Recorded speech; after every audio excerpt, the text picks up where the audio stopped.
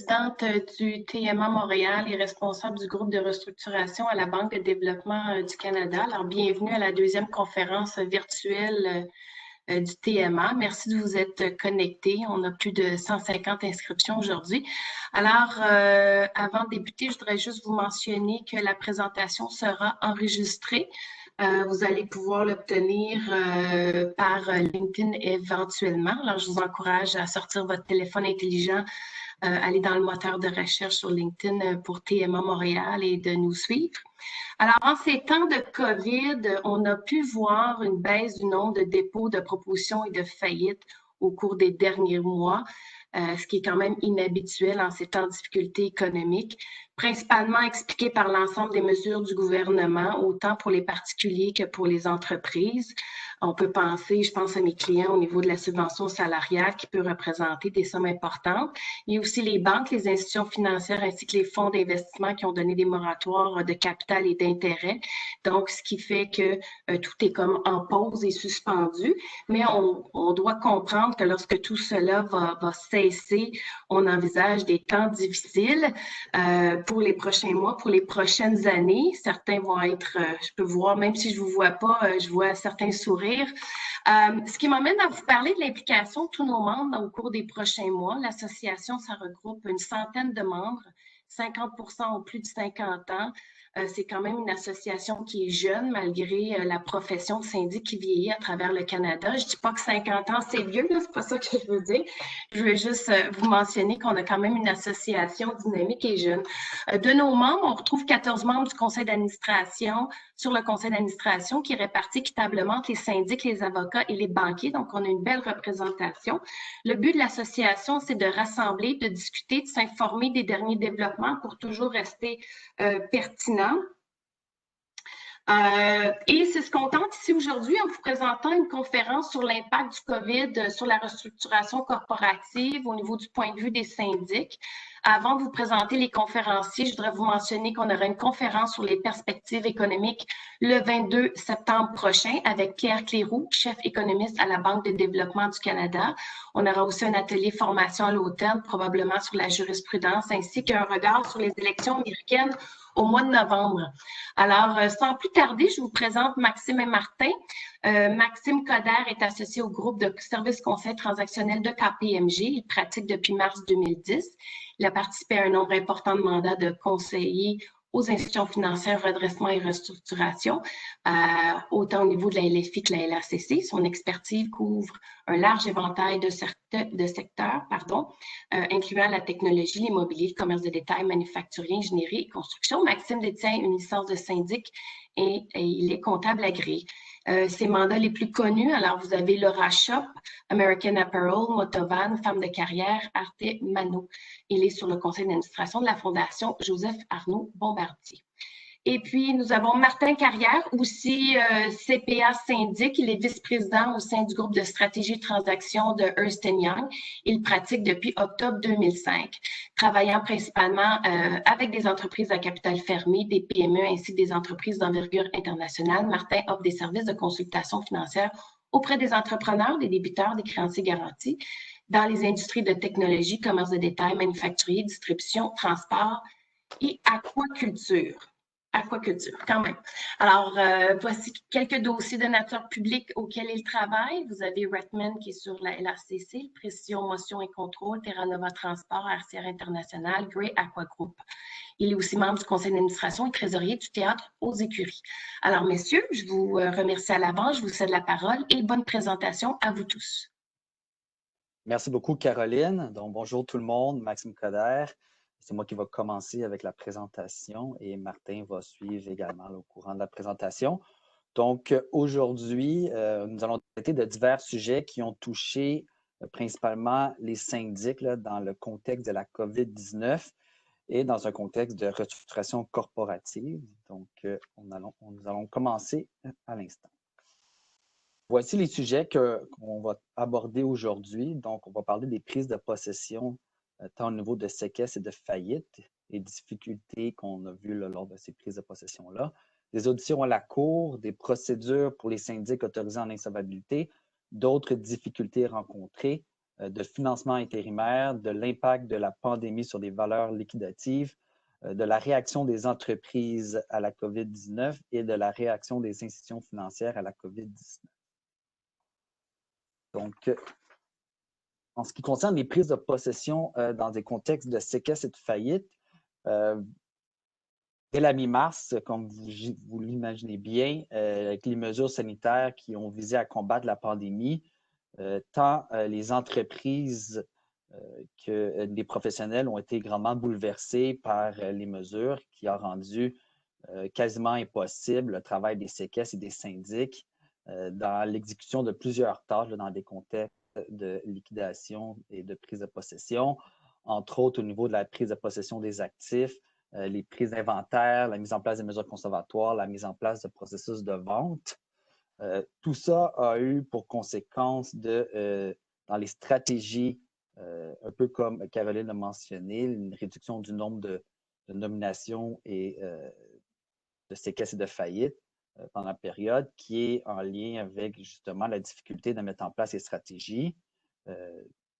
D'autres facteurs également qui ont contribué à cette réduction-là, les tribunaux qui ont voulu écouter seulement les causes les plus urgentes ou en cas d'urgence, les moratoires qui ont été accordés par les institutions bancaires, quasiment pour certaines automatiques, pour d'autres sur du cas par cas. Il y a eu aussi une tolérance là, de la part des locataires et des prêteurs sur les paiements, par exemple, de loyer ou de remboursement de capital et parfois même d'intérêt. Il y a également une sensibilisation là, importante des institutions financières, en grande partie liée à leur risque réputationnel, de ne pas vouloir, dans une période où tous subissent un grand bouleversement, de ne pas vouloir entreprendre des mesures contre leurs clients. Et également, considérant la difficulté de pouvoir mettre en place des processus de liquidation et devoir assumer des déboursés et des honoraires professionnels au moment où, que, par exemple, un processus de vente n'aurait pas pu se mettre en place, les syndics et les séquestres ont convenu là, de ne pas prendre possession et d'attendre souvent la fin des mesures de confinement pour pouvoir entreprendre des procédures en vue de liquider et de prendre possession des actifs.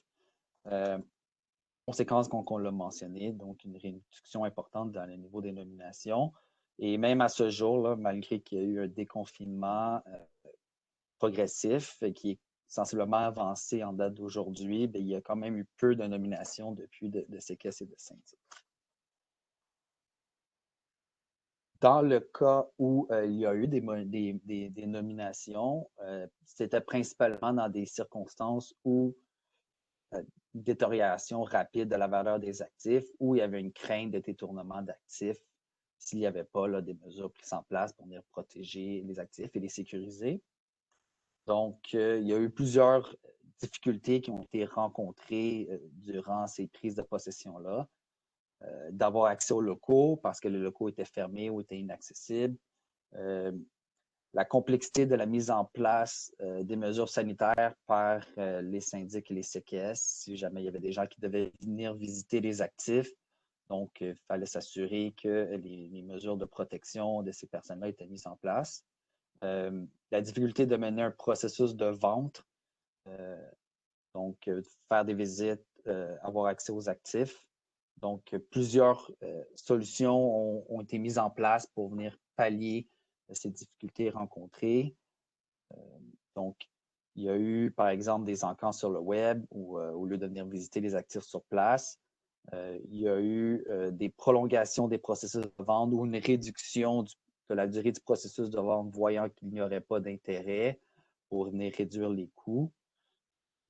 Il y a eu parfois, dans le cas où que les acteurs potentiels devaient venir sur place, pour limiter le nombre de visiteurs. Il y a eu des cas où c'est sur rendez-vous seulement avec un nombre très limité de personnes en même temps et la mise en place de mesures sanitaires, comme on peut constater quand on visite des endroits publics ou on va dans les magasins, des éléments similaires, qui ont permis justement de s'assurer que les gens qui se présentaient dans les locaux sous contrôle des séquestres, des syndics qui étaient protégés au meilleur possible. Également, au niveau des auditions à la Cour, il y a eu des directives qui ont été introduites par les tribunaux à l'effet que, dans le contexte de restructuration, il y aurait seulement des auditions pour les aspects les plus urgents. Il y a eu plusieurs demandes qu'on a vues faites aux tribunaux durant la période de COVID, disons depuis la mi-mars, principalement dans des cas d'extension de délai pour déposer une proposition ou un plan en vertu de la loi sur les arrangements avec les créanciers. Il y a eu également des demandes d'obtention d'ordonnance initiale en vertu de la loi sur les arrangements avec les créanciers, principalement dans le secteur du retail. On a vu, par exemple, Aldo qui a lancé le bal. Après, il y a eu Whitmans, il y a eu Lolé. Et dans des contextes aussi de dépôt d'avis d'intention avec Lolé et avec Frank & Oak. Il y a eu des demandes d'approbation de vente d'actifs hors du cours normal qu'on a constaté, des levées de suspension de procédures partielles ou totales, des ordonnances de distribution ou d'approbation d'un plan, des nominations de séquestres pour les raisons mentionnées précédemment ou qu'il y avait un risque au niveau des actifs. Les commentaires qu'on a eus et qu'est-ce qu'on a pu constater, c'est que dans les dossiers de l'ACC, la Cour avec le juge coordonnateur et le juge qui écoute la cause était très organisé et c'était presque business as usual, considérant là, la mise en place des méthodes d'audition, principalement par vidéoconférence, où assez rapidement on a pu tenir les audiences presque comme si on était sur place avec vidéoconférence et accès au juge. Pour ce qui est des procédures dans un contexte d'avis d'intention ou de faillite, c'est un peu plus, sans être compliqué, un peu plus complexe à avoir accès à des auditions, principalement pour les demandes non urgentes. Dans le cas où on se présentait à Montréal, donc, il y avait une directive de la Chambre de commerce, la Chambre commerciale, pardon, à l'effet que pour qu'il y ait une demande qui soit contestée, la contestation devait être sérieuse et toutes les parties devaient avoir fait tous les efforts raisonnables pour pouvoir régler. Et les juges ont voulu faire appliquer cette règle-là et ont été très sévères dans les cas où il y avait une demande contestée et que les parties n'avaient pas fait tous les efforts à cet égard. En ce qui est à l'extérieur de Montréal, qu'est-ce qu'on a constaté, c'est qu'il est important là, de s'assurer d'entrer en contact avec les autorités locales afin de convenir d'une date d'audition avec un moyen d'audition pour être certain que soit le juge ou le registraire était disponible et était en accord avec faire une audition, par exemple, par audition téléphonique ou vidéoconférence. Donc, s'assurer qu'il n'y avait pas de problématique à ce niveau-là. Donc, les méthodes qu'on a constatées, comme on mentionne dans la présentation, principalement ont été par vidéoconférence, par appel téléphonique et dans certains cas, là, plus rare, par écrit si la demande n'était pas contestée.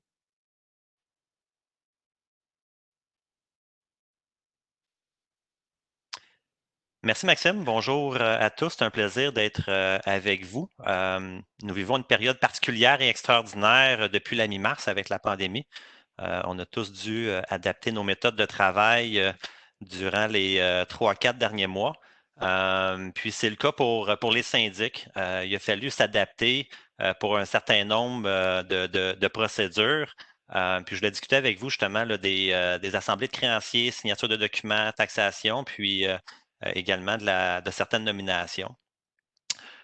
Au niveau des assemblées de créanciers, le surintendant des faillites a mis à jour l'instruction 22 R2, plus précisément, pour les assemblées. Et ce que ça dit, c'est que afin d'éviter de retarder les assemblées dans des dossiers de faillite, de proposition, par exemple, le président de l'Assemblée peut faire tout effort raisonnable pour tenir une assemblée virtuelle. On pouvait déjà utiliser les moyens technologiques avant la pandémie pour l'avoir déjà fait, avoir fait des appels conférences, avoir peut-être l'officier par appel conférence ou vidéoconférence, par exemple. Maintenant, toute l'assemblée peut se tenir de façon virtuelle.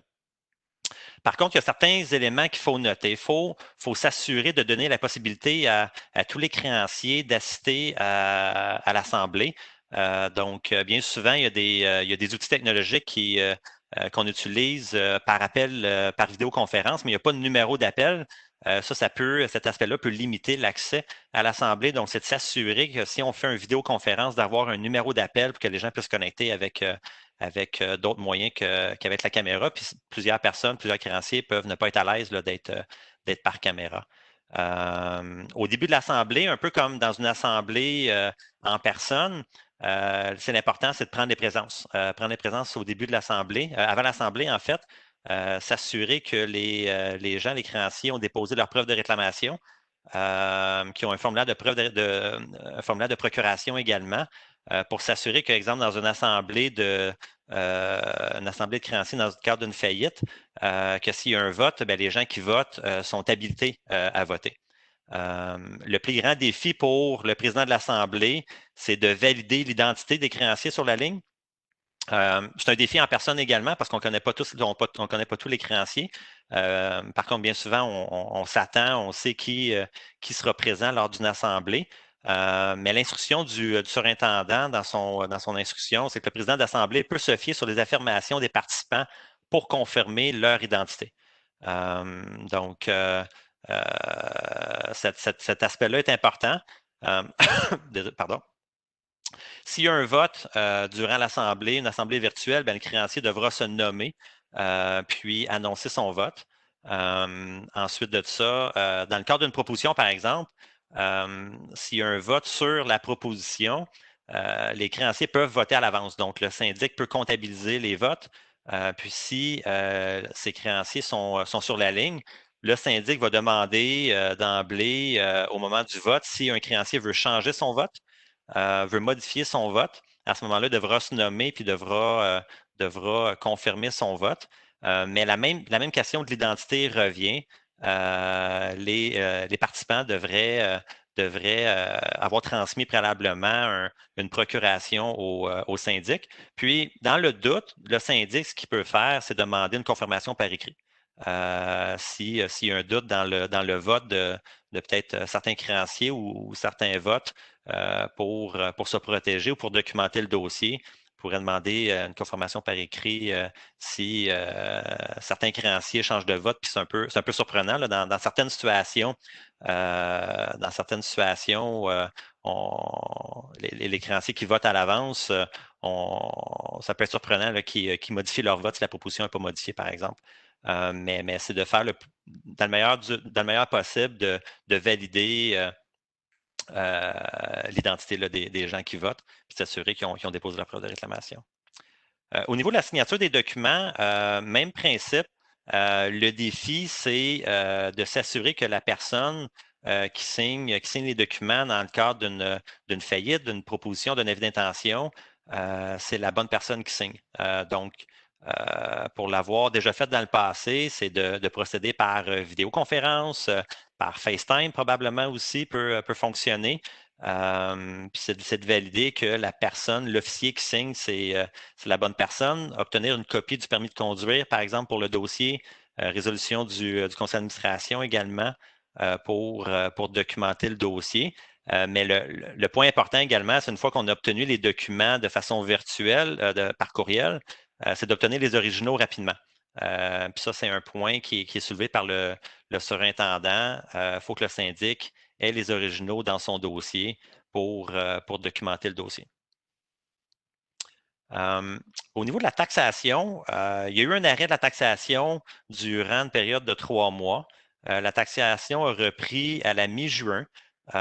Nous étions présents, là, pas moi personnellement, mais EY s'est présenté pour la taxation durant la première semaine à la mi-juin. Donc, ça ne se fait pas de façon virtuelle. Les audiences au tribunal pour les nominations, pour les ordonnances, dans le cadre des LACC, par exemple, avis d'intention, proposition, se font encore de façon virtuelle, comme Maxime en a parlé. Mais au niveau de la taxation, avec le registraire, ça se fait en personne. Il faut prévoir, il y a des règles sanitaires au tribunal, prévoir un peu plus de temps pour accéder au palais de justice. La sécurité, évidemment, ça n'a pas changé. Puis, évidemment, greffiers, greffières, registraires sont protégés par plexiglas. Mais par la suite, c'est de demander d'être mis sur le rôle là, comme à l'habitude pour la taxation, mais simplement vous dire que la taxation a repris là, si certains syndics veulent faire taxer certains dossiers ou à certains moments pour approuver les honoraires. Donc, la taxation a repris depuis environ 2 semaines.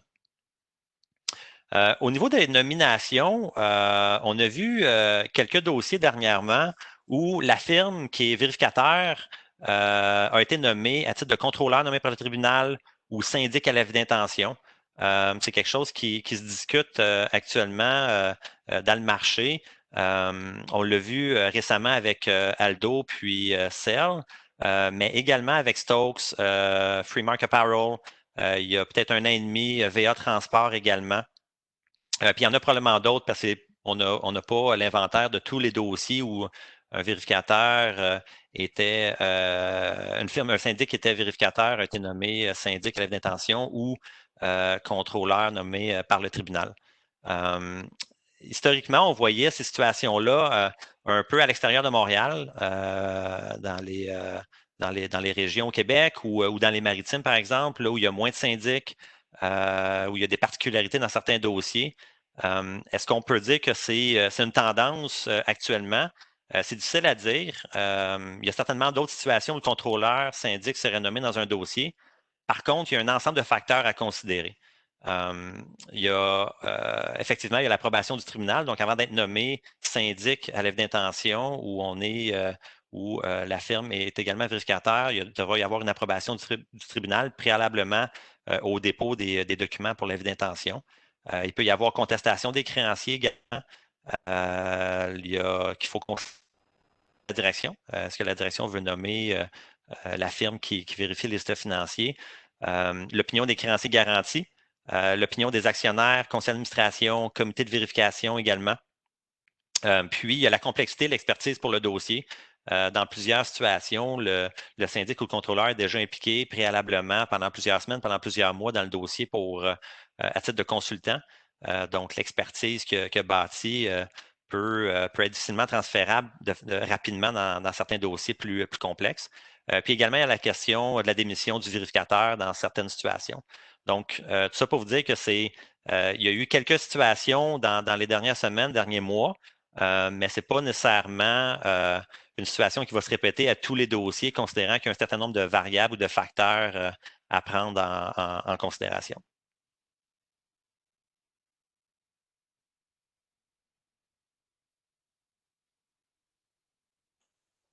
En ce qui concerne d'autres difficultés durant la période de pandémie qui a été rencontrée par les professionnels, syndics, contrôleurs, il y en a certaines qu'on vous énumère ici. Donc, en particulier, la préparation ou la revue des cash flows. On se retrouve dans un environnement économique, commercial inconnu qui n'a jamais été vécu par les gens qui, la dernière pandémie remonte à d'autres générations. Donc, il est très difficile, là, plus particulièrement au début de la pandémie, pour avoir une visibilité sur quand la reprise économique allait avoir lieu, quand que les mesures sanitaires allaient être réduites ou terminées. Est-ce qu'il y a un potentiel de deuxième vague? Donc, c'est des éléments qui amenaient beaucoup d'incertitudes dans la mise en place là, des hypothèses de cash flow. Par exemple, également les coûts pour mettre en place les mesures sanitaires, un autre exemple. La réaction des consommateurs à la reprise. Est-ce qu'ils vont être nombreux à se présenter dans les magasins, par exemple, ou il y aura une certaine crainte là, de se retrouver dans des milieux publics? Pour un peu établir quelles hypothèses nous allons prendre dans ces contextes-là, on a regardé un peu ce qui se faisait ailleurs.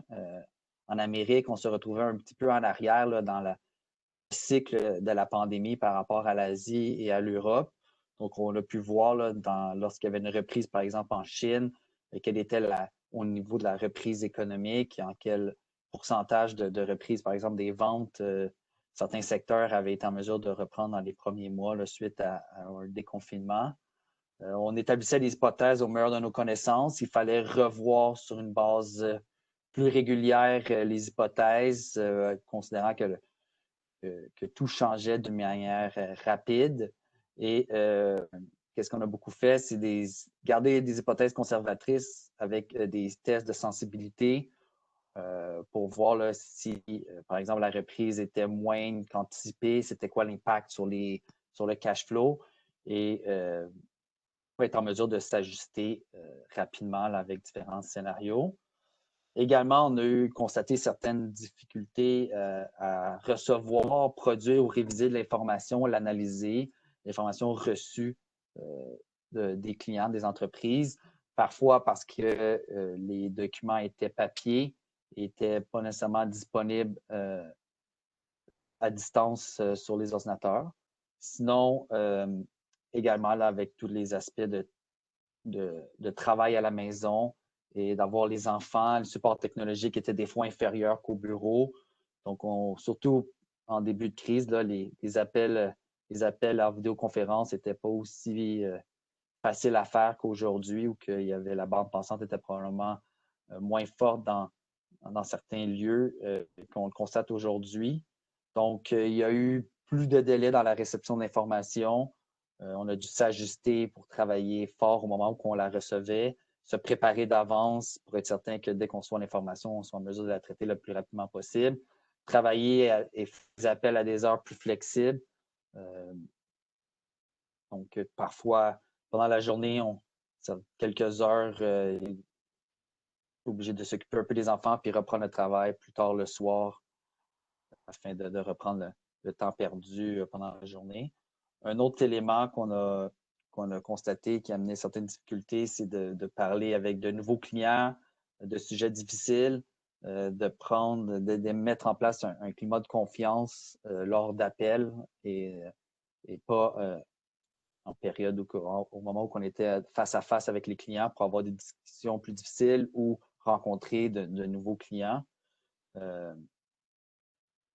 qui a fait en sorte qu'il y a beaucoup de firmes qui ont été en mesure de se concentrer sur leur base de clients actuels, que ce soit des clients dans d'autres départements, pour les rencontrer. Donc, il y avait déjà un lien de confiance avec la firme qui était établi par l'historique du client auprès de la firme. Également, privilégier les vidéoconférences comparativement aux appels téléphoniques pour essayer de créer un meilleur contact avec les représentants d'entreprise. Juste de pouvoir voir les réactions lors des discussions difficiles pour bien s'ajuster, ajuster le message. Des fois, au téléphone, c'est plus difficile d'avoir un peu la réaction quand on doit discuter d'éléments difficiles par rapport à la vidéoconférence ou que ça amène déjà un aspect plus humain à la conversation. Recherche de contacts communs pour entreprendre des discussions avec des nouveaux clients, pour pouvoir créer un lien et amener un certain sentiment de confiance. Donc, c'est les éléments là, qui ont été mis en place afin de pallier à ces difficultés qui ont été rencontrées.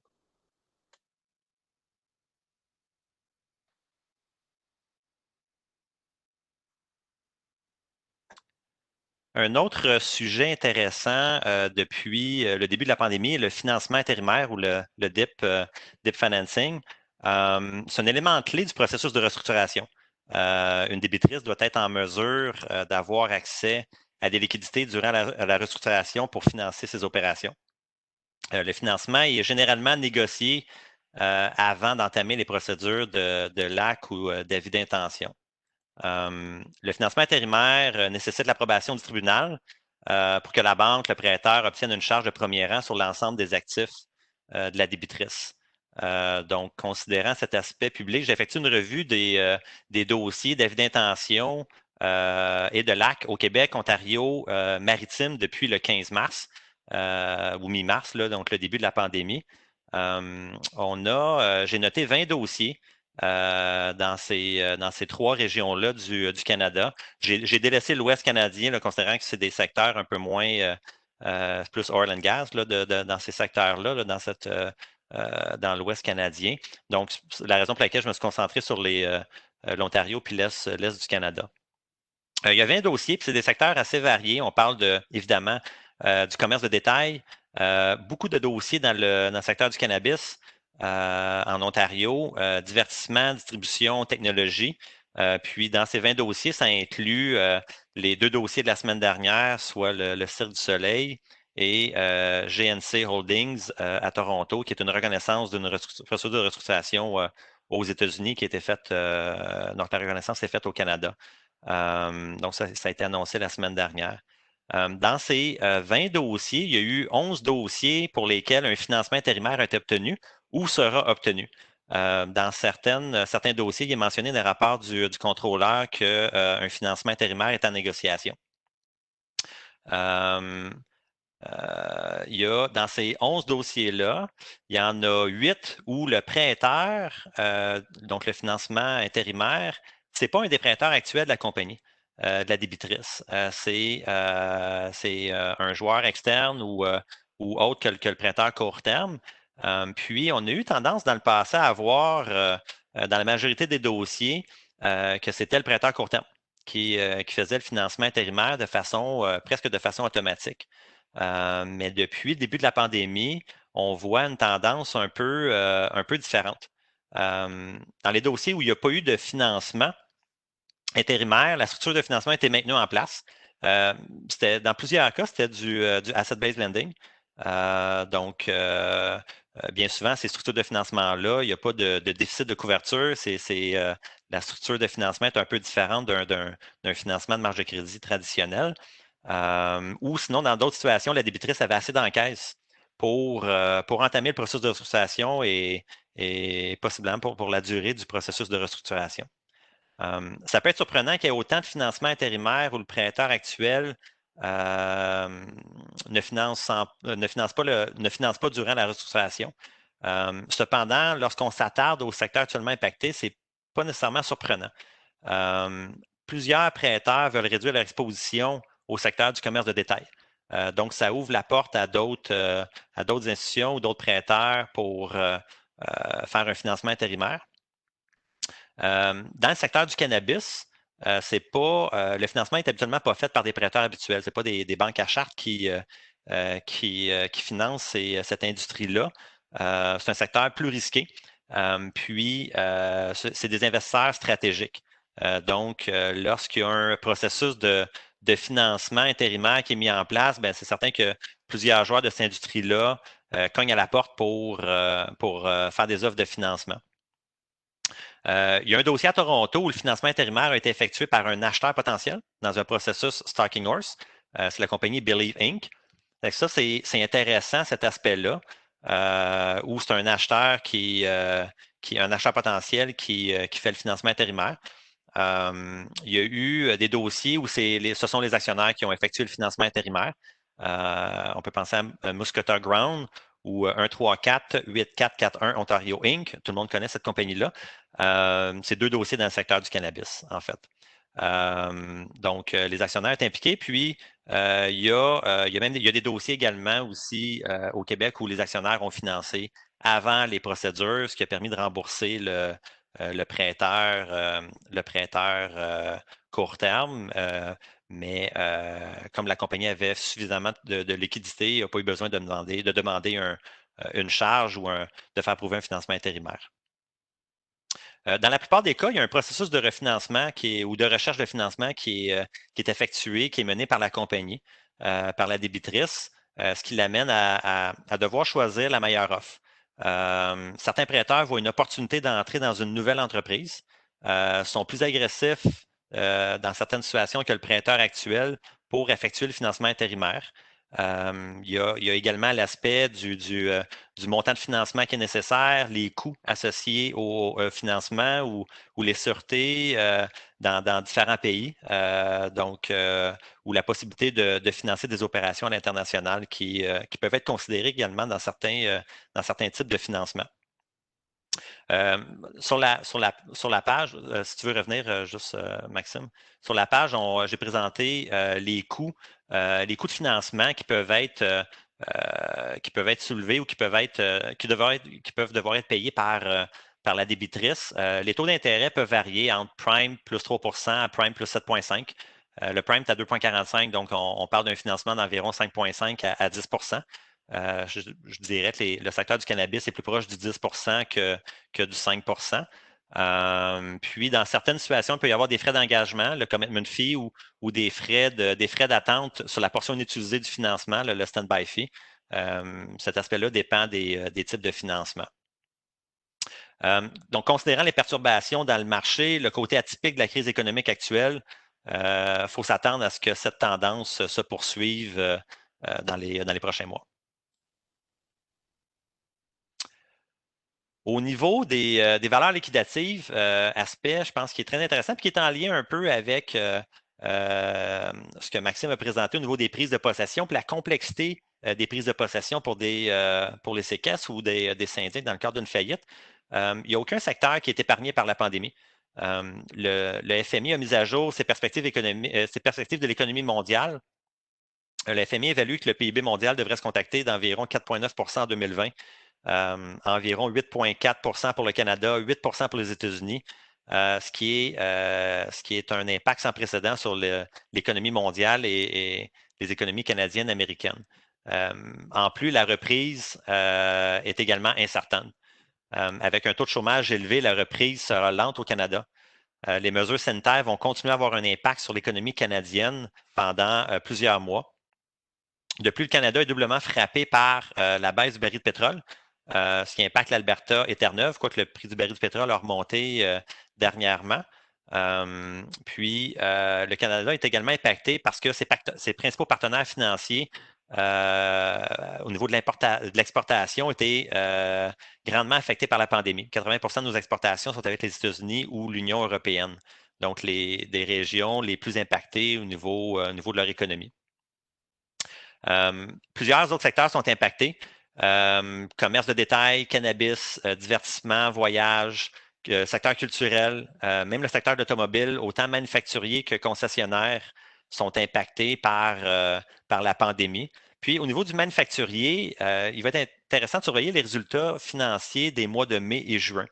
Les résultats financiers pourraient être inférieurs aux attentes. En plus des ventes inférieures, la marge brute pourrait être impactée par les mesures de distanciation sociale dans les usines. Il pourrait y avoir également des coûts importants reliés à la réouverture des usines qui pourraient avoir été sous-évalués par les compagnies. Le tout peut avoir un impact sur la productivité.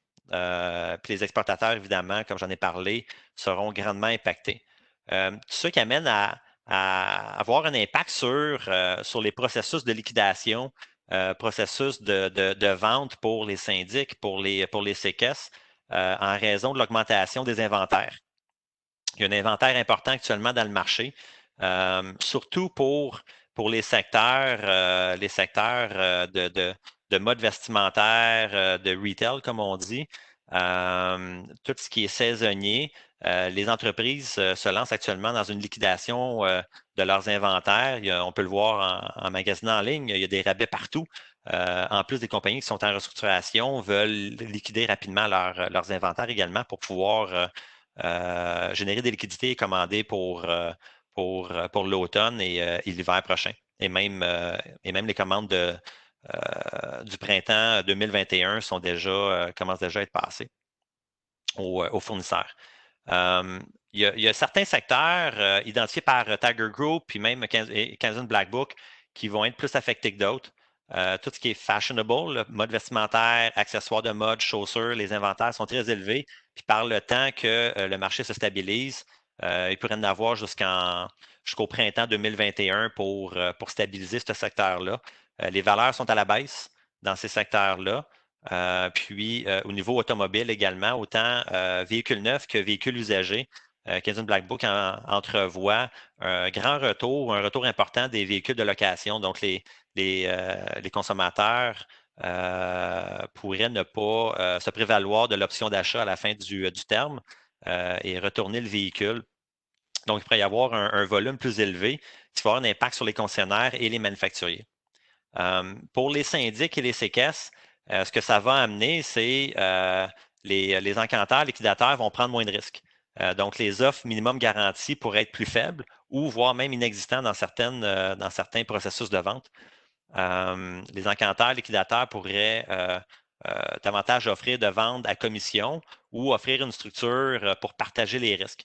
Ce que les syndics aiment moins, on aime ça savoir bien souvent le montant qui va être généré dans l'actif et effectuer une vente et transférer les actifs à l'encanteur et l'encanteur prend les risques. Mais on pourrait se retrouver dans des situations dans les prochains mois où les encanteurs vont prendre moins de risques parce que eux, de leur côté, il y aura moins d'acheteurs ou la demande va être inférieure pour leurs actifs. Puis l'autre complexité, c'est les encanteurs liquidateurs américains qui ont toujours été bien présents dans les dernières années sur le marché canadien. Mais actuellement, s'ils décident de venir au Canada, ils ont une quarantaine de 14 jours à faire, ce qui pourrait limiter leur intérêt pour les actifs canadiens. Et les encanteurs américains, bien souvent, ils achètent au Canada pour revendre aux États-Unis. Mais les États-Unis vont faire face ou font face à une récession également de leur côté. Donc, la demande va être inférieure, puis ils vont avoir probablement assez d'actifs de leur côté pour subvenir à la demande. Donc, il pourrait y avoir un mouvement ou certains joueurs qu'on va peut-être moins voir là, dans le marché canadien là, dans les prochaines semaines ou prochains mois, en fait, lorsqu'il y aura des processus de vente. Donc, les processus de vente seront plus complexes et vont demander plus de patience et de créativité là, de la part des syndics et des séquestres là, dans les prochains mois.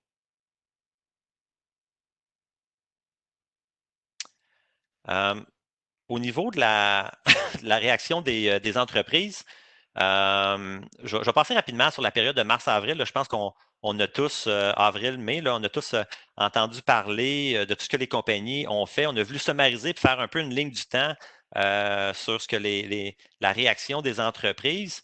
Mais ce qui est intéressant, c'est de voir les entreprises, ils devront s'ajuster.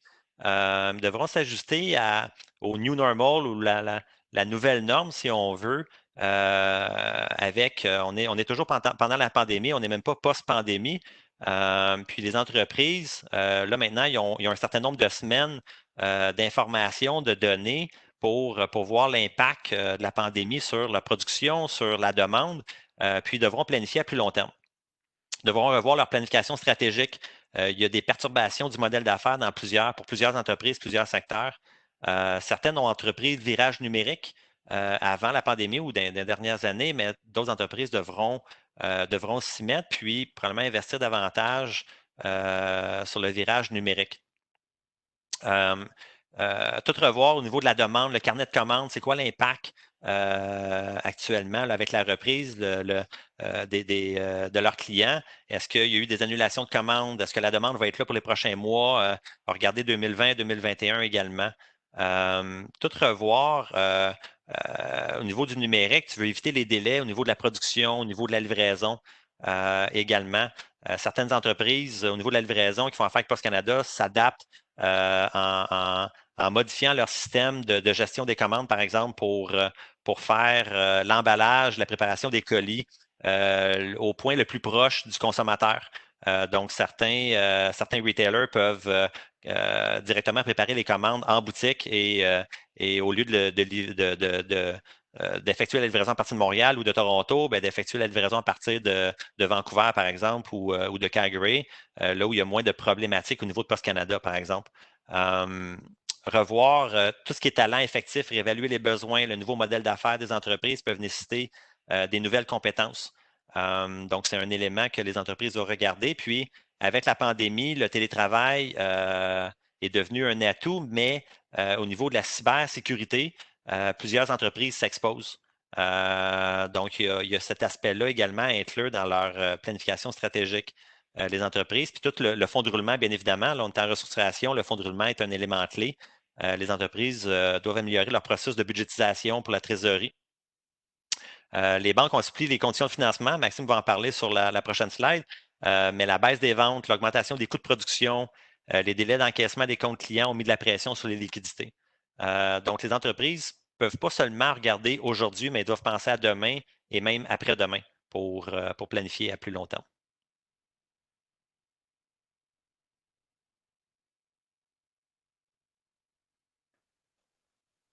Parlons maintenant des institutions financières et de leur réaction face à la pandémie.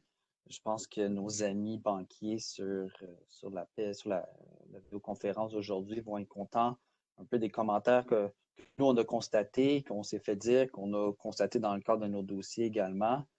Je pense que les institutions financières ont une réponse en général là, à la crise qui a été très rapide, très mesurée, empathique à leurs clients, dans une idée d'aider leurs clients, un focus centré à s'assurer que leurs clients puissent avoir accès aux différents programmes. Ils ont délaissé la recherche de nouvelles affaires pendant une période de temps pour se concentrer vraiment là, sur la survie et rassurer les clients. On a vu dans plusieurs cas où des moratoires ont été accordés de plusieurs mois là, à la quasi-ensemble des clients, tant au niveau dans les équipes de financement que même dans les équipes des comptes spéciaux, où il y a eu certains cas là, de certaines institutions financières qui sont plus allées du cas par cas. Mais qu'est-ce qu'on a constaté, c'est que dans les premiers jours, premières semaines, il y avait une concentration sur l'octroi de moratoire à leur base de clients. Par la suite, il y a eu là, les différents programmes qui ont été mis en place. Donc, les institutions financières se sont concentrées dans le conseil et dans l'assistance pour que leurs clients puissent, lorsque nécessaire, puissent faire les demandes auprès là, des différents programmes, tant sur la BDC, de DC, des IQ, ou même par les programmes initialement étaient avec la BDC, finalement transférés en partie par l'entremise des banques pour les programmes de la BDC. Donc, il y a eu vraiment là, une assistance pour faire ces demandes-là.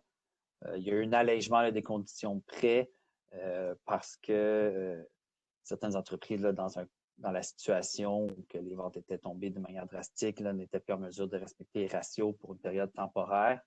Donc, il y a eu un allègement au niveau des conditions. Il y a eu également la mise en place de plateformes électroniques qui, pour, entre autres, le programme, par exemple, du financement des entreprises de 40 000 le compte d'urgence. Donc, les institutions, à même leur plateforme de commerce électronique, ont mis en place des programmes afin que les compagnies puissent faire ces demandes-là. Et puis, comme je mentionnais tantôt, il y a eu une pause temporaire pour les demandes de financement qui n'étaient pas liées à la COVID, compte tenu principalement du volume de dossiers à traiter pour les demandes de prêts, d'aide, en raison de la situation où l'économie a arrêté là, pendant une période de temps. Au niveau des comptes spéciaux, on a constaté vraiment là, une période de COVID qu'on a appelé un peu dans le milieu le COVID forbearance, où que les procédures ont toutes été suspendues. On en a parlé un peu plus tôt là, au niveau de la nomination des séquestres et des syndics. Dans les premières semaines, là, également au niveau des institutions financières, il y avait eux également à s'adapter au travail à la maison et à mettre en place là, les différents systèmes informatiques afin qu'ils puissent être capables de travailler là, à distance. Mais après ça, très rapidement, là, il y a eu l'analyse des dossiers et puis là, donner une certaine période de temps aux entreprises là, pour pouvoir faire un constat de leur situation, préparer des projections financières, puis leur présenter un peu c'est quoi leur plan de match pendant la période où l'ensemble des ventes ou presque avaient été réduites de façon très importante. On a constaté dans certains comptes spéciaux, dans la mesure qu'il y avait des entreprises qui n'étaient pas si mal en point, dans une perspective où il allait avoir un volume important d'entreprises en difficulté qui allaient est dirigé vers ces équipes-là, de tenter de faire un certain nettoyage, de pousser les entreprises à essayer d'obtenir un financement ailleurs dans la mesure du possible afin de réduire le volume de dossiers actifs qui est géré par ces équipes-là. Et puis, on a revu, là, comme on l'a mentionné un peu plus tôt, une légère reprise de certaines procédures statutaires à partir de la mi-juin, mais ça demeure en bas là, des volumes qu'on a vus dans les années précédentes. Les institutions ont voulu être mesurées avec leurs clients, sachant que c'était un combat de tous là, face à la pandémie, pour s'assurer de maintenir une économie lors d'une reprise tant au Québec qu'au Canada. Le risque de réputation était un des facteurs importants également dans la gestion de crise des clients.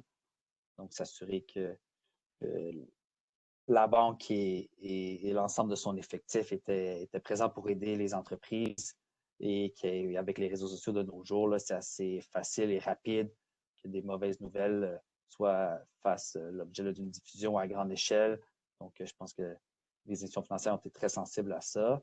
On n'a pratiquement pas vu de cas ou aucun cas là, de mauvaise publicité des institutions bancaires là, depuis le début de la crise.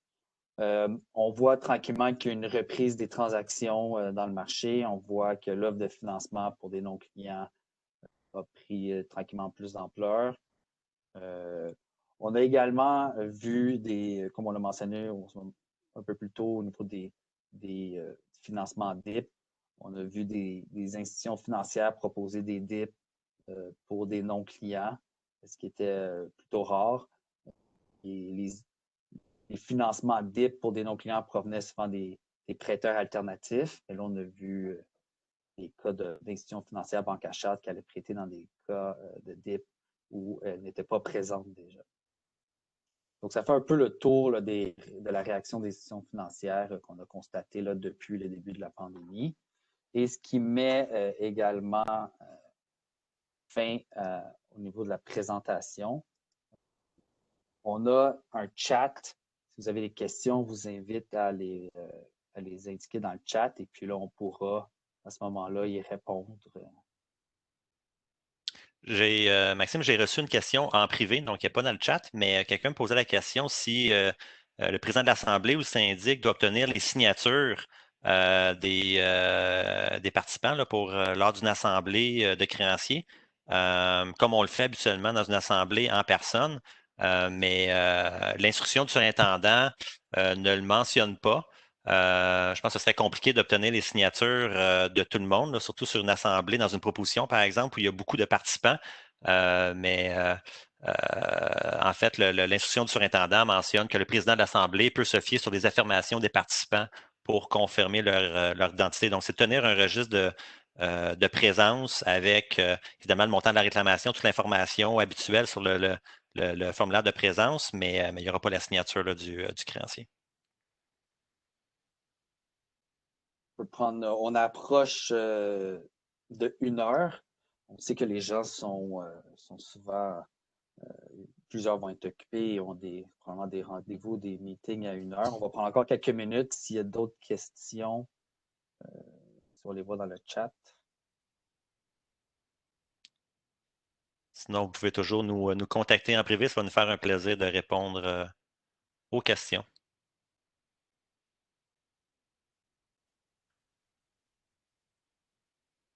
On souhaite aussi, donc, il ne semble pas y avoir de questions. Puis comme Martin dit, n'hésitez pas à communiquer avec nous en privé. Vous allez avoir nos coordonnées avec la présentation. Donc, je veux profiter du moment pour vous remercier l'ensemble des participants qui ont quitté la présentation. On espère que vous avez appris plusieurs choses durant la présentation. Vous avez pu voir un peu comment s'est déroulé notre travail depuis les derniers mois. Merci à KPMG et à Ernst & Young pour avoir produit cette présentation-là.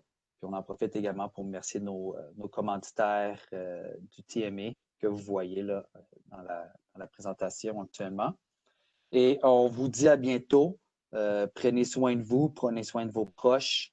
Et puis on espère que on ne subira pas une deuxième vague trop importante. Donc, c'est important que chacun fasse attention et prenne les mesures pour protéger soi-même et les siens. Merci beaucoup. On vous souhaite une belle journée. Au revoir. Merci Maxime, merci à tous. Merci Martin.